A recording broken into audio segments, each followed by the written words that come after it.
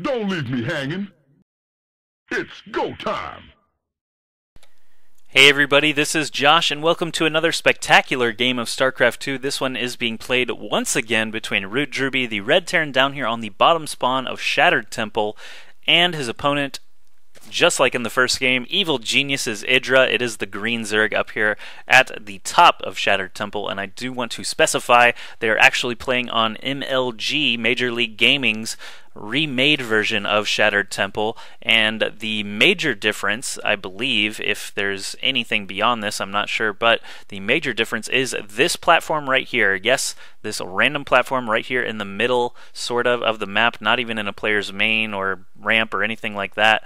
The thing that MLG changed based on a video that was on YouTube, basically if a Protoss spawns here and his opponent spawns here, the Protoss player could actually blink from his cliff to this little platform and then blink again onto, or actually provide vision across this area. So basically he could abuse this platform with blink so that vision wasn't required. You did not need an observer or anything on the high ground. If you had a stalker on this platform, it could actually see all the way across to your opponent's base. You could just blink one stalker up into that little tiny bit of vision and then blink the rest right up in there afterwards. So what MLG has done is basically shrink this platform to be a little bit smaller so that that blinking mechanic is not possible. And actually that's a good thing, because these top spawns, this platform was already too small to actually be able to do that. So it was just a little bit of an oversight from Blizzard to have that be possible. So MLG just took things in their own hands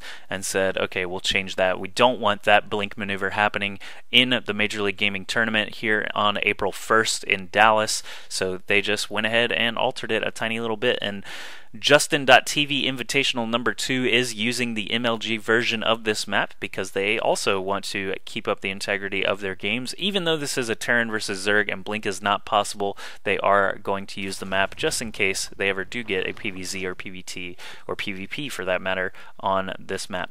Spawning pool coming up for IdrA. Actually, these are all the same timings we just saw on that first map, Icy Cup Fighting Spirit. He did drop the hatch first, followed by the spawning pool, followed by the extractor.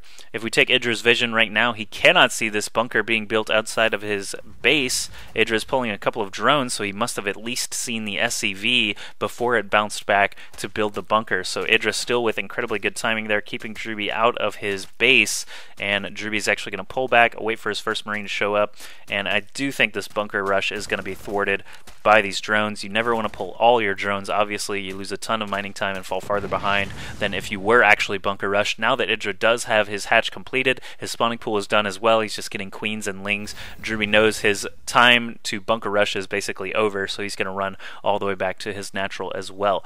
Back in drewbie's base, he's getting a factory headed toward a 1-1-1 build, not doing the mineral-only fast expand that we just saw on that first map. Instead, he is going to hang out here at the Xel'Naga Tower. He's going to see these 6 lings coming in from IdrA and say, I don't want any piece of that. So he's going to run all the way back up, try and possibly get on the other side of his wall off, or maybe he'll just try and do a little bit of a micro battle here against IdrA in the middle of the map. Shattered Temple, if you haven't been around recently, it is actually one of Blizzard's newest 1v1 ladder maps. They replaced Lost Temple with Shattered Temple, and I'll go over those changes here again as soon as this fight ends, if it ends.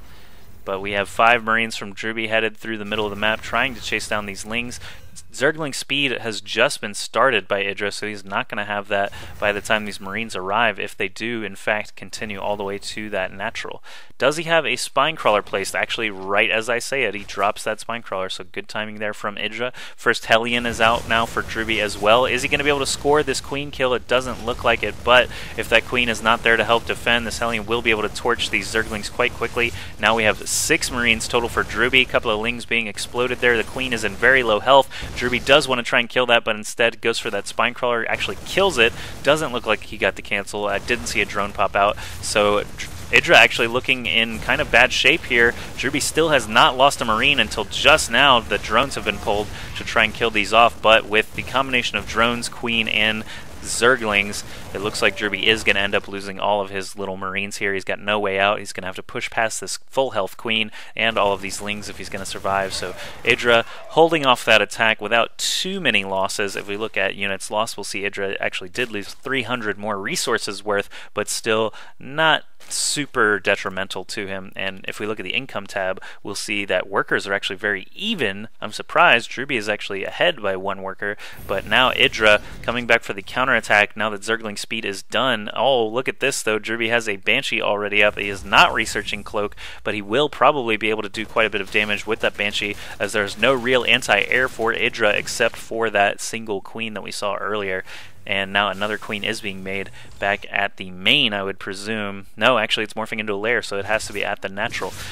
Banshee versus Queen. Banshee wins this fight since the Queen cannot get any transfusions from anywhere. As long as they don't micro, the Banshee will win, so I'm surprised IdrA did not try to run around and try and do a little bit of a micro battle there.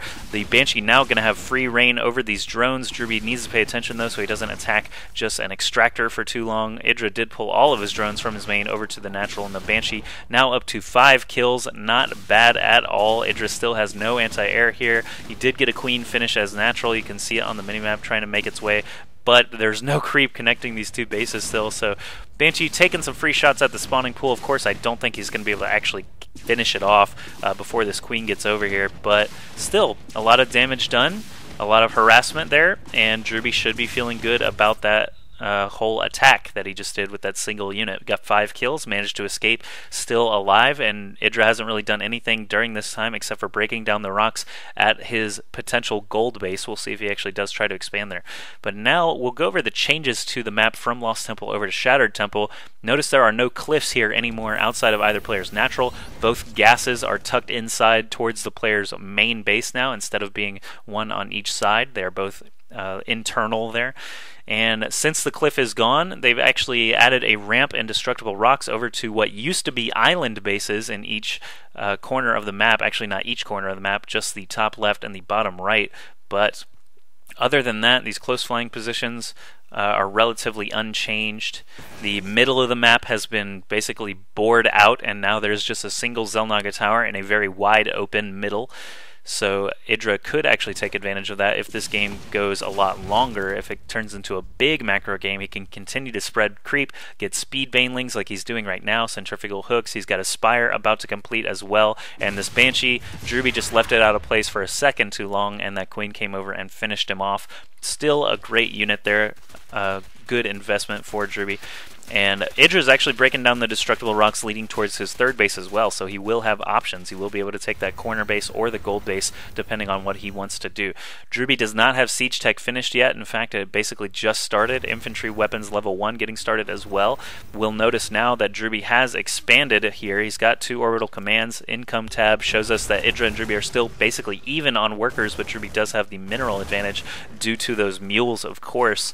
And Baneling's starting to finish up right as drewbie gets in here. IdrA will need to kill a lot of these soft, fleshy Marines with the Banelings if he's going to be able to do enough damage to repel drewbie. There we saw a beautiful Baneling splash, and the Mutalisks in the air look like they will be able to clean up the rest of the Marines. So IdrA holding off yet another attack without too many losses, evening up those units lost on that tab there. Both players still very similar in harvester count and units lost and supply now, but IdrA has taken a slight lead here, 75 against 69. He is feeling pretty good moving into this mid-game. He is taking his gold base now. We saw him break down those rocks earlier with the speedlings. drewbie realizes Mutalisks are in play now, tries to get up some turrets. It looks like IdrA is going to stop at least one of them. Notice that no Thors are being built anywhere. I'm not sure if drewbie even got an armory, but he does have plenty of Marines to be able to ward away these Mutalisks. Look, he's got 3 barracks and a 4th one coming up now. No, that is a 2nd factory. Never mind. But either way, drewbie actually breaking down his destructible rocks as well. Looks like he is ready to take a 3rd here soon as he is building a command center up outside of his natural. IdrA has how many Mutalisks now? This is where the game starts to tip into his favor, or at least that's what happened on Icy Cup Fighting Spirit. Once he had a flock of Mutalisks bouncing around drewbie's bases, it was getting very hard for him to be able to defend. And notice that this time drewbie does not have any Thors out on the field, no armory that I've seen, and basically this could be quite difficult to deal with. There's no turret over here, so it looks like IdrA is going to score a couple of SCV kills and a refinery kill. Going to slow down drewbie just a little bit in that way. And a couple of medevacs here for the Marines. I think they should be able to get these Mutalisks out of the base for good. And yeah, drewbie just successfully hangs in there, rebuilds this refinery, builds a couple of turrets nearby. He does have one right in the center of his mineral line as well. So the Mutalisks are going to have a hard time getting back into that main mineral line. But now we have even more in the air for IdrA. He's at 13 Mutalisks. Going to try and pick off a reactor. Finds a sweet spot where the turrets can't actually hit, but now drewbie is on the move once again. He has siege finished. He has 1-1 upgrades, about to finish for his Marines as well. They're already at 1-0, but that armor is going to finish here in just a moment. IdrA back at home making a lot of banelings, and once again he will need some really good baneling hits to kill off all these Marines, and then the Mutalisks can basically just pick off everything else. So it is going to be a good moment of synergy if he can get these banelings to do enough damage to the Marines. He needs to keep those Mutalisks alive, obviously, long enough to pick off all those tanks as well. So we'll see what actually happens here. If we look at army value, it seems to be far in IdrA's favor. Those Mutalisks costing all that gas, of course. But as far as supply goes, both of the players are very, very close, 123 to 121. Actually, now drewbie pulls ahead for just a second. Now IdrA pulls ahead for just a second. So they are very, very close still. And harvester count still extremely close as well. I would not have expected that, 58 and 59 respectively for these two players. IdrA pops in, tries to pick off a tank, does actually manage to get one. He only lost one Mutalisk there, so not a bad trade-off, really. Couple of siege tanks sieging up now. drewbie's going to move this last one up a bit so he can try and do a little bit of a leapfrog. A couple of drones get picked off as they transition over to the gold base. drewbie has taken his third base over in the island. Banelings coming in now. drewbie does manage to micro away enough Marines to actually stay alive here, and suddenly IdrA looking like he is very low on units. His army value has dropped dramatically. drewbie is at 124 supply against 110-ish. Queen goes down there. This gold base really has no chance of surviving this attack, and drewbie's got to be feeling good so far. It looks like IdrA is using his Mutalisks on the minimap there to try and cut off reinforcements, but drewbie was actually pooling his units, expecting that. IdrA leaves the game after losing his gold base and the majority of his fighting units. drewbie was up 132 to 99 in supply at the end of the game there, so IdrA not even saying GG. Not surprising at all. IdrA does not really respect drewbie. That's kind of a known fact, and since drewbie basically got the better of him here on Shattered Temple, IdrA just leaves the game without a word. IdrA was actually taking another base over here at this expansion. Once a game ends and you have a hatchery building, it actually just explodes. I don't know if you knew that, but there's a nice little pool of blood from that hatchery exploding. And that's going to be it for Game 2. So, since this is a best-of-3 series in the winner's bracket of the Justin.TV Invitational number 2, and the series is now tied 1-1, let's move into Game 3 and see what happens.